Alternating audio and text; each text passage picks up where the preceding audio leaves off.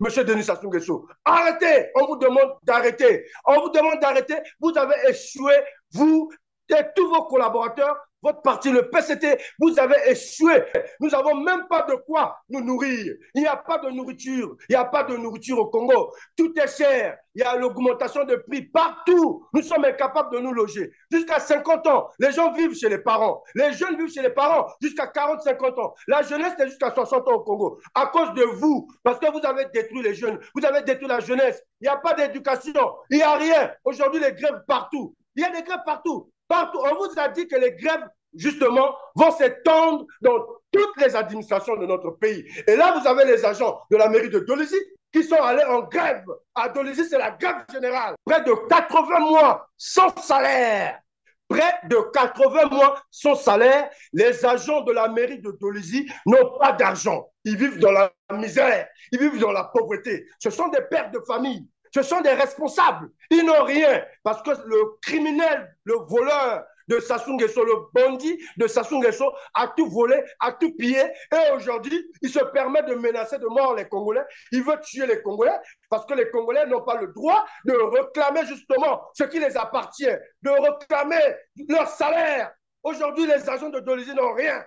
Près de 80 mois, près de 6 ans sans salaire, on ne les paye pas. Vous avez vu, la morgue ne fonctionne pas. Ils ont dit qu'il n'y aura même pas de service minimum. Donc, ils sont partis. Et là, on conseille à toutes les administrations d'aller en grève. Nous devons paralyser tout ce système de M. Denis Sassou Nguesso pour construire un nouveau pays. Et là, c'est partout, dans le transport, dans la santé, partout. Les gens n'ont pas de salaire. Et vous, là où vous vous trouvez, mes chers compatriotes, mes chers Congolais, vous ne serez pas épargnés. Vous également, vous devez déclencher des grèves là-bas parce que vous n'êtes pas différent des autres. Regardez le traitement des autres. Et on sait que partout où vous vous trouvez, vous n'êtes pas payé. Partout où vous êtes, justement, c'est le même traitement parce que ce criminel-là a tout volé, il a tout pillé.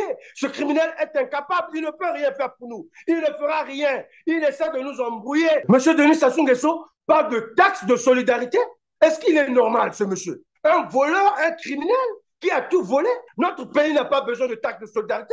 Le Congo n'a pas besoin de taxes de solidarité. Ce sont des menteurs, ce sont des voleurs. Sassou Nguesso n'a pas honte.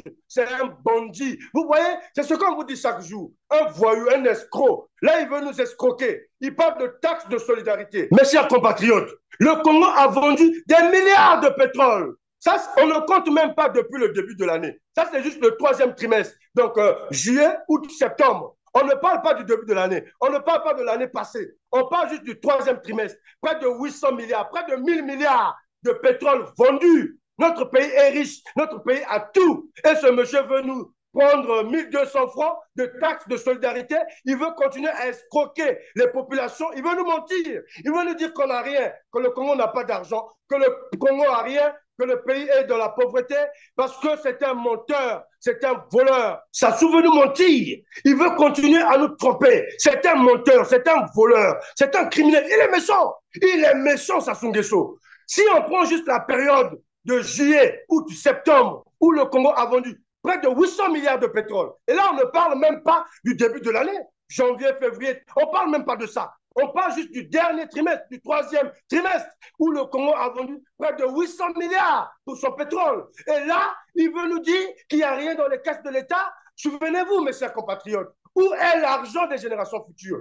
Plus de 14 000 milliards qu'il a volé, il a caché à l'étranger. 9 000 milliards dans les paradis fiscaux pour toute sa famille, tous ses proches, ils ont volé. On va vous lire les chiffres. Et tout l'argent que ça soit distribué dans les pays africains, il a donné 50 milliards au Tchad, 50 milliards à la RCA, à la Côte d'Ivoire, plus de 100 milliards, au Togo, 50 milliards, au Niger, 50 milliards. Il a distribué l'argent du Congo, en Guinée, partout. Vous avez vu que Sassou Nguesso est en train de distribuer tout l'argent de notre pays à l'étranger, à ses proches. Il a donné de l'argent en France, il a financé les campagnes présidentielles. Vous avez lu le livre de Robert Bourgi, il venait de le dire. Et c'est vrai, il a passé toutes ces années 40 ans au pouvoir en train de distribuer l'argent des Congolais à l'étranger.